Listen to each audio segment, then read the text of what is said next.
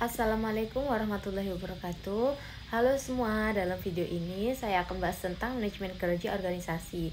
Sebelumnya, perkenalkan saya Hulailatun Nelly Nihaya dengan NIM C1B023088.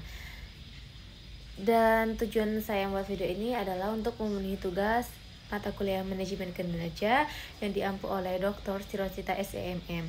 Nah, mengapa sih manajemen kinerja organisasi itu penting, serta bagaimana sih penerapannya dalam konteks nyata melalui studi kasus indikator kinerja utama atau IKU di Universitas Mula Warman. Nah, sebelumnya apa sih itu manajemen kerja organisasi? Di sini ada menurut beberapa ahli. Menurut Armstrong dan Baron menyebut manajemen kerja sebagai proses sistematis yang bertujuan untuk meningkatkan efektivitas organisasi. Sedangkan menurut Michael Armstrong menekankan pendekatan strategis yang artinya yaitu manajemen kerja harus selaras dengan arah jangka panjang organisasi.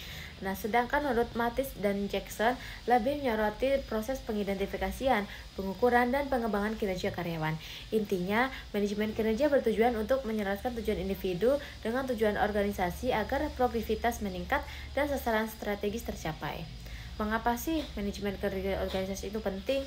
Nah, manajemen kerja itu membantu organisasi untuk yang pertama yaitu meningkatkan produktivitas, mencapai tujuan strategis, memotivasi karyawan, dan mengelola biaya secara efisien.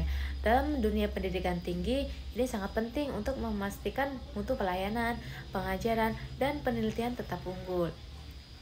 Yang selanjutnya yaitu ada proses dari manajemen kinerja, di mana proses ini terdapat beberapa langkah utama, yaitu yang pertama ada perencanaan kinerja di mana menetapkan tujuan yang SMART, yaitu spesifik, measurable, achievable, relevant, dan time-bound. Yang kedua yaitu ada pemantauan kinerja, di mana mengumpulkan data melalui indikator kinerja atau KPI. Yang ketiga yaitu ada penilaian kinerja, di mana dilakukan secara formal untuk mengevaluasi hasil. Yang terakhir yaitu ada pengembangan kinerja, memberikan pelatihan, umpan balik, dan tindak lanjut. Nah, selanjutnya yaitu ada pendekatan strategis atau balance scorecard. Salah satu pendekatan strategis ini adalah yaitu pendekatan ini mengintegrasikan strategi bisnis ke dalam pengelolaan kinerja melalui 4 perspektif, di mana yang pertama yaitu ada keuangan, yang kedua ada pelanggan, yang ketiga ada proses internal, dan yang keempat adalah pembelajaran dan pertumbuhan. Nah, di sini saya akan menjelaskan studi kasus yang saya bawa, yaitu ada IKU atau indikator kinerja utama dari Universitas Mula Warman. Nah, Universitas Mula Warman atau disingkat yang lebih dikenal dengan UNMUL yaitu telah menerapkan beberapa manajemen kinerja melalui IKU atau indikator kinerja utama sebagaimana ditetapkan oleh Kemendikbudristek. Di sini ada beberapa contoh IKU yang diterapkan oleh UNMUL, antara lain ada IKU 1 yaitu lulusan mendapatkan pekerjaan yang layak dalam waktu yang cepat. Nah, yang kedua yaitu ada IKU mahasiswa mendapatkan pengalaman di luar kampus seperti magang atau pertukaran pelajar. Nah, yang ketiga yaitu ada dosen berkegiatan di luar kampus. Nah, yang itu ada selanjutnya ada IKU 7 di mana program studi yaitu mendapatkan akreditasi internasional. Nah, untuk mencapai target IKU tersebut, Universitas Mula Warman membentuk tim-tim pelaksana, memanfaatkan sistem evaluasi akademik, dan melakukan evaluasi secara berkala. Hasilnya, dalam beberapa tahun terakhir, capaian IKU Unmul menunjukkan tren meningkat. Ini membuktikan bahwa manajemen kinerja yang efektif berdampak langsung pada mutu institusi.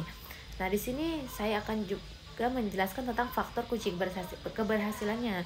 Nah, berdasarkan teori dan praktik di Unmul, beberapa faktor penting dalam keberhasilan manajemen kinerja adalah yaitu dukungan dan manajemen puncak, yaitu atas rektorat dan dekanat. Yang kedua yaitu ada komunikasi yang efektif dan transparan. Nah, semua organisasi itu komunikasi adalah nomor 1.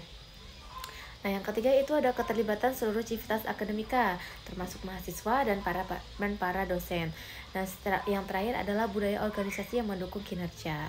Nah, kesimpulannya adalah manajemen kinerja bukan sekedar evaluasi karyawan. Ini adalah alat strategis untuk membawa organisasi menuju visi dan misi yang lebih tinggi. Nah, Universitas Mula Warman ini telah membuktikan dengan pendekatan yang tepat dan dukungan penuh dari seluruh lini, target-target seperti indikator kinerja utama bisa dicapai dengan mudah, bahkan melampaui ekspektasi.